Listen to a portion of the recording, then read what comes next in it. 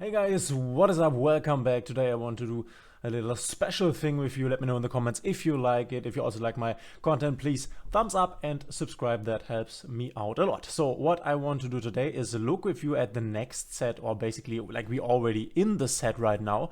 But the next card that will most likely come to us in Master Duel and what impact they will have on the meta game. Of course, if you are playing in the TCG or know the OCG, then you may know this stuff already. But for you who only play Master Duel, this can be quite interesting. So as you might know or might not know, the last set that we got were Power of the Elements, which you can find, where is it? Oh, it's way down here.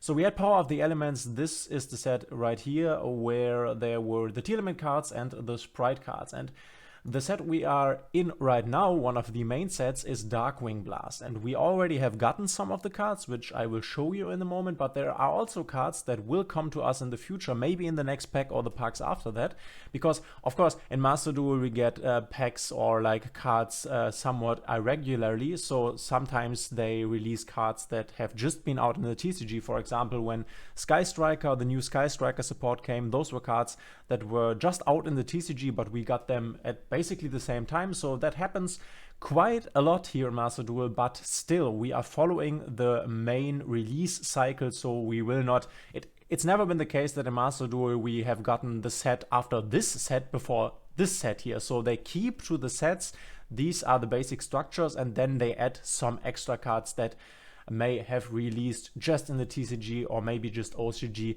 but all in all we are following the main release line. So what do we have here in Darkwing Blast, which is one of the core sets which we are basically in right now? There are a few cards in Power of the Elements left that we will get, but we are basically through with Power of the Elements, with the Telements, the Sprites.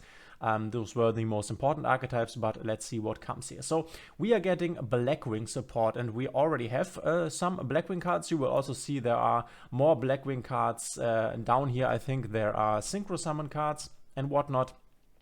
Safe to say that Blackwing will not make a big impact on the meta game. Not in the TCG and OCG was Blackwing even at some time a big deck, and these cards do not change that, so they are not that important for Master Duel and will likely be, yeah, make up maybe a tier 2 deck or something. I think the most important cards that we will get from the set are these cards: Bystial Magnamut, Bystial Saronir, Bystial Druisworm, and then there's also Bystial Lubellion. This Bystial Lubellion you will use in Dragon Link or maybe or also in the Branded Despia strategy, but these are like the most important cards out of the set. I think these will be ultra rares, I think, because these cards are basically DD Crow but better. These are the main counters to Telements, and when Telements was a format in OCG and TCG, these were played a lot. Right now in TCG they are not played that a lot because they're not that important, but those are basically all level 6 monsters, which you can target one light or dark monster in either graveyard, banish it, and then special summon these guys, and you can see they have a lot of attack. Oops, sorry.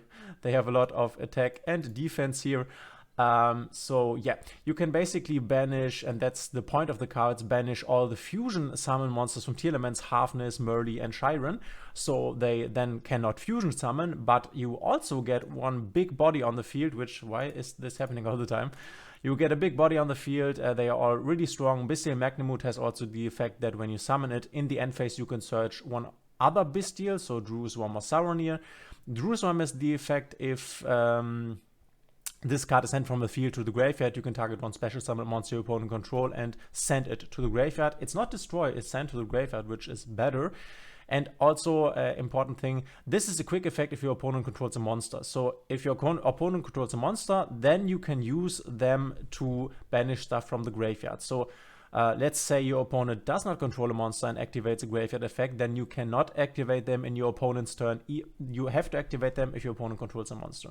And then there's also Saronir, which is the worst of the three. I basically have to read this myself. If this card is sent to the graveyard, you can send one Bystial monster or one branded spell from your deck to the graveyard. So as you can see, Saronir is the worst one. Most decks run one Saronir because this can still banish the Telement cards, but the important ones are the Magnamut and the Druisworm, because Magnamut you cannot search himself, Magnamoot, but you can search the Druid's Worm, which then can also destroy a special summon monster. So I think these will be the most impactful cards out of the set, especially because we are in the Tier Element format right now, and Tier Element is the strongest deck. You can basically slot these in every deck. Every deck can run these. These are way better than DD Crow is, because they are big bodies on the field that can battle over stuff, and they are also have additional effects that can do a lot on the field. Then we have the Bystial Lubellion, which interacts more with the Branded Despia strategy. This is mostly a one-off in the Branded Despia strategy. The Bystial Albalos is not that important. This one is another really cool card, Blazing Katisha, the Virtuous, for the Branded Despia strategy. It's level 4 if you control Fallen of Albas or it's in your grave. You can special summon this card from your hand, so that's already good. And this is the most important thing. During the main phase quick effect, you can fusion summon one level 8 or higher fusion monster from your extra deck, so basically your Lubellion or your Albion, using monsters from your hand or field as materials. So if your Branded Fusion gets ashed, then you can always use Blazing Katisha to fusion summon as quick effect also on your opponent's turn. This you can search via, or you will be able to search via the fusion deployment in the future, because there will be a lot of more branded support in the future. And also, if this monster was sent to your grave at this turn, and if a fusion monster was sent to your grave at this turn, you can then add this card from your grave to your hand. So you basically always send your Albion to the graveyard via, for example, your Mirror Jade. And if you do that and have Blazing Katisha in the graveyard, you can then get this back to hand. This is a really strong card for the Branded archetype, because Branded always gets destroyed by Ash Blossom, and if you then have the Blazing Katisha, then you can still make your fusion summon play. So really impactful. The next impactful cards here in the set are the first cards for the Kashtira archetype, which I showed you in a video. The link is in the info box here. This will be the next big deck after Tier Elements. I'm really interested in how they handle it. Will they destroy Tier Elements before Kashtira comes? If not, then Kashtira is basically a counter deck to Tier Elements, because Kashtira has this boss monster, which is not in this set but will come later. Kashtira Arisard, which banishes every card that goes to the graveyard basically. But these are like the basic monsters, which we will get first. So there will not be a pure Kashtira deck. When these come out, the Kashtira archetype will wait, or will have to wait for one more base set until that is complete. But you still can use these cards. You have the Fenrir, Unicorn, and Ogre. Ogre being the least important one. Unicorn you will also only play when the full Kashtira deck is out, but Fenrir is a card that was played in a lot of decks because it's just strong on its own. You would then basically play 2 Fenrir. This is level 7 psychic effect, 2/4. If you control no monsters, you can special summon this card from your hand, which is really good. And then you can search, you can add another Kashtira monster from your deck to your hand, so then you basically add another Fenrir. And Fenrir as well as Unicorn have really cool on the field effects. When this card declares an attack, or if your opponent activates a monster effect, except during the damage step, you can target one face-up card your opponent controls and banish it face down.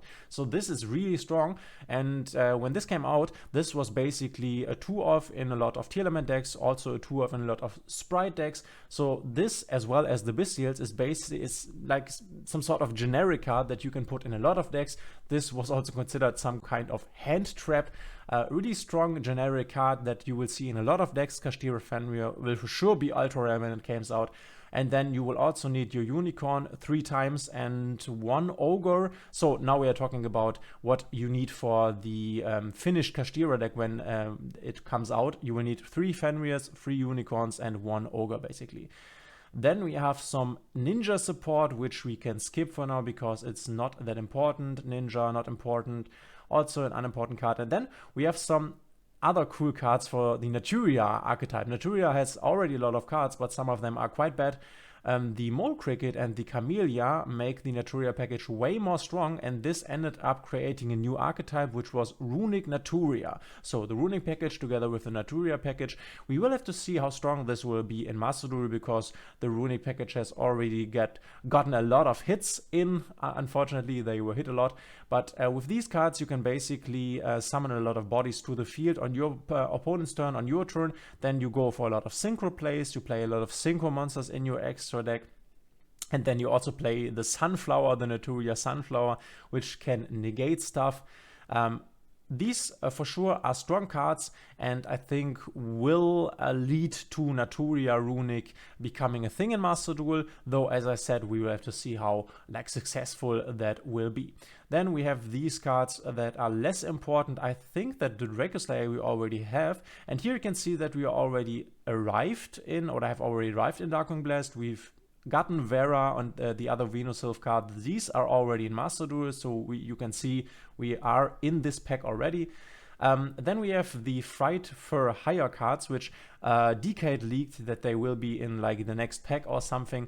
Frightfur higher was also an archetype that is combined with Runick, though this is basically the only deck that they appeared in, and they were a lot weaker than was the Naturia Runick deck, so this could become a thing, the Frightfur higher package together with Runick, but will not be that super strong. Then these are less important cards. Those Soul Scissors was used sometimes in some decks.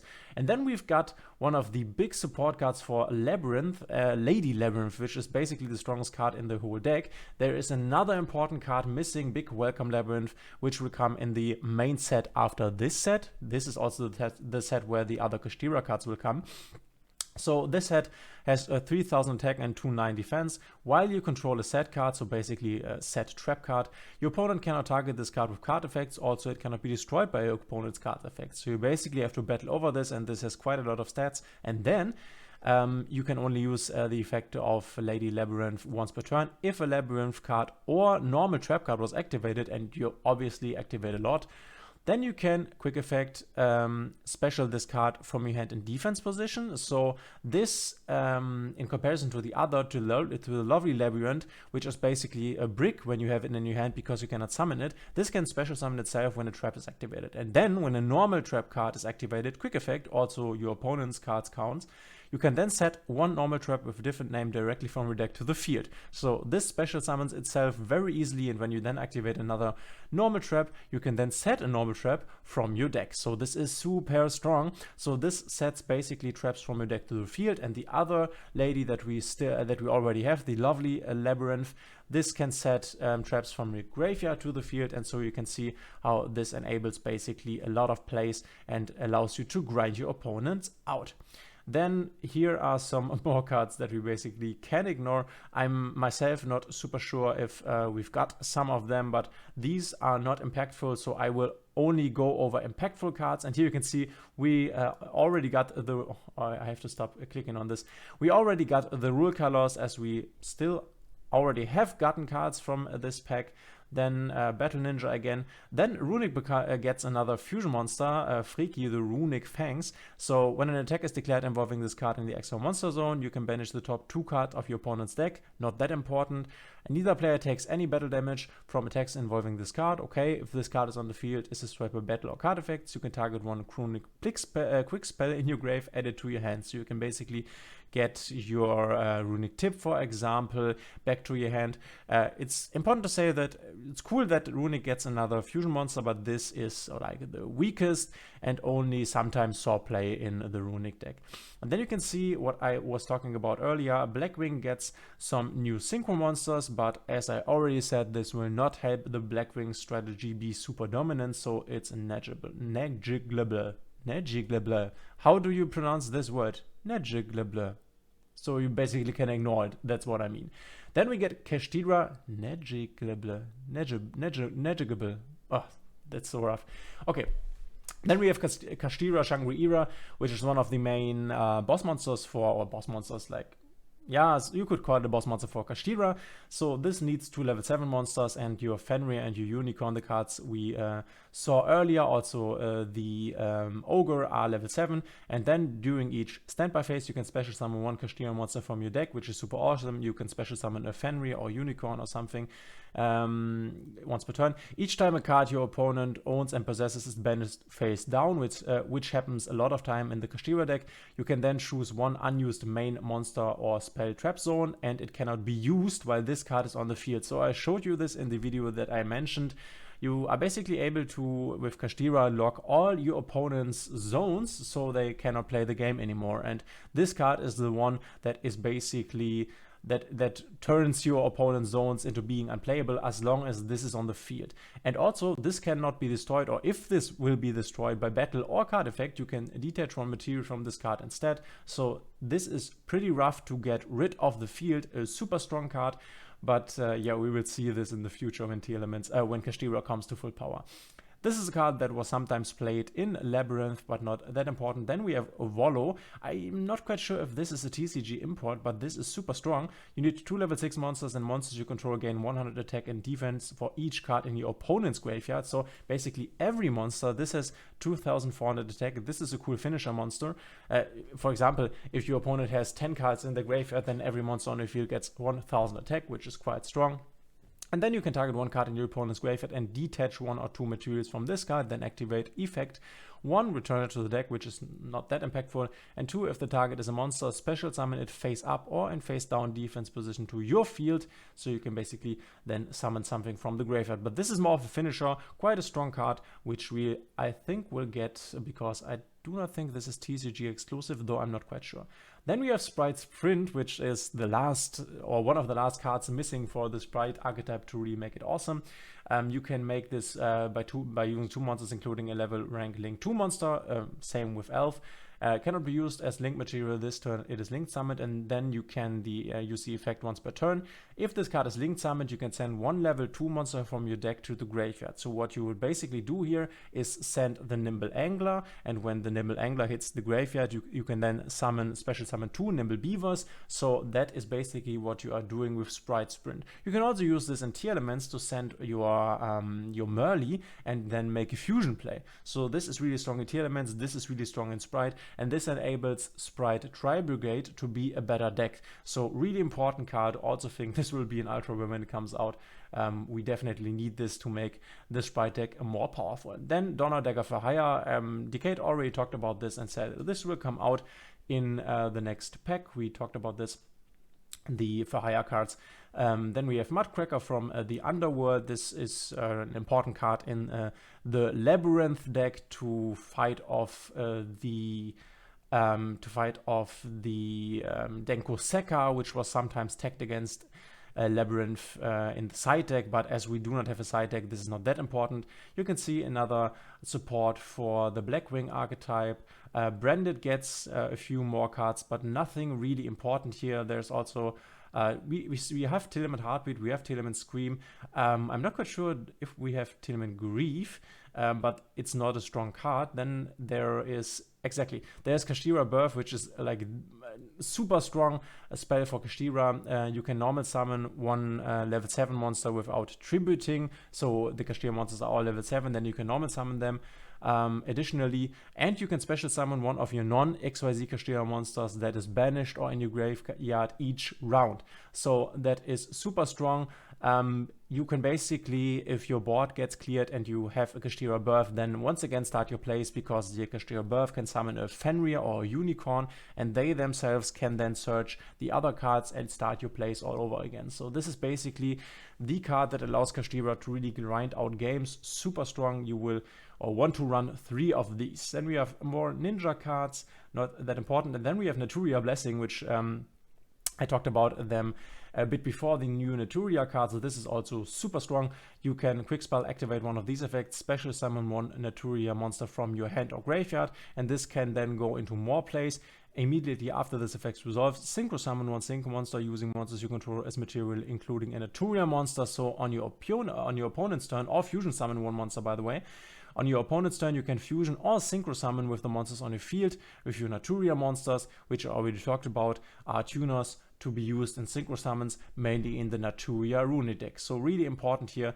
Venosylph in full bloom we already got in the latest set. Then there is some Valence support here that's coming.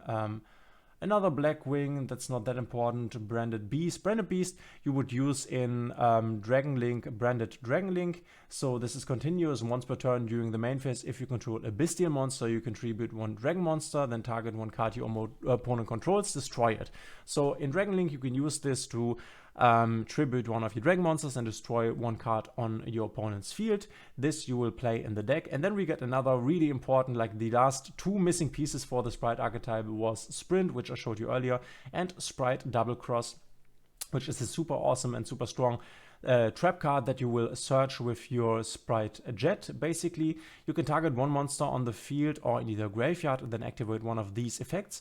You can attach the targeted monsters to one rank 2 monster you control as material, so you can basically take every monster on your opponent's field and attach it to, for example, your gigantic Spright. You can place the target monster your opponent controls in your zone. You link 2 monster points to and take control of it, so you can basically change or forward it and keep it forever. You only have to put it in the zone one of your link 2 monsters points to, so your Sprint or your Elf. Or you can special summon the targeted monster from either graveyard to your zone your link 2 monster points to, so you can basically choose one of your opponent's on field monsters or graveyard. You can then attach it to material to one of your XYZ monsters, or special summon it to a zone one of your link 2 monsters points to. So super strong interruption card that you will basically always want to have on your end board when you play Spright. Then we have Kashtira Preparations, a super important card for Kashtira. That's continuous. During either player's turn, you can special summon one of your Kashtira monsters that is banished or in your hands. Once again, this can restart your plays or extend your plays once maybe your field got cleared. And if your opponent activates a trap card effect, if you control a Kashtira monster and this card is already face up, you can look at your opponent's hand, and if you do, banish one card face down. So you can see this archetype is all about banishing face down. Then here are a lot more like unimportant cards that you basically never saw in any deck. Then this is, I think, a TCG exclusive, so I'm not quite sure if we will get this. This is Destructive Daruma Karma Cannon, and you can change as many monsters on the field as possible to face down position. So basically it's a Book of Eclipse. Then if either player controls a face up monster, they must send all face up monsters they control to the graveyard. So if they play link monsters, for example, that cannot be flipped face down, then these have to go to the graveyard. This was a card sometimes played in Labyrinth to counter Kashtira, because one of the best cards to counter Kashtira is Book of Eclipse, which flips every card face down, because if the XYZ monsters of Kashtira are flipped face down, for example, let me just go over this, the Shangri Era, if this card is flipped face down, then you can then again use your zones that were locked by the Kashtira Shangri Era. So really important card. And then I think we are coming, these are just cards that you can, the GOTY cards, I think, are also in the set, but I think these were, and the Amazonas cards, which we, and you could, this you can see what I'm talking about earlier. We have still, or we already have gotten cards from this pack, as we have gotten the Amazonas cards, Augusta and War Chief, we gotten in the last set, and this finishes up the set. So basically, if this set comes out, you will not see a lot of new deck archetypes, because, for example, Kashtira will need one more main set to be complete, basically. And there is, like I talked about, the Naturia Runick stuff. Branded will get a lot of new support, and we have the Bystials, but you can play Bystial Dragonlink, that's for sure, but there will not be a lot of new decks like the new Kashtira, the new Telements deck, or the new Spright deck, which came out with Power of the Elements. This will not happen with this deck. This is more of a support booster set, I would say, though this is considered a main booster set, but this did not introduce a lot of new, really new decks to the game, and I think this will be the same case in Master Duel. Will bring a lot of strong cards, and if Kashtira gets in the next set after this the support cards that it needs, then it's complete, and then it will be one of the strongest decks. But yeah, that's it for Darkwing Blast. This is the next set we will get cards from, or we already have gotten cards from. Let me know in the comments if you like this kind of videos, and we will see each other in the next one.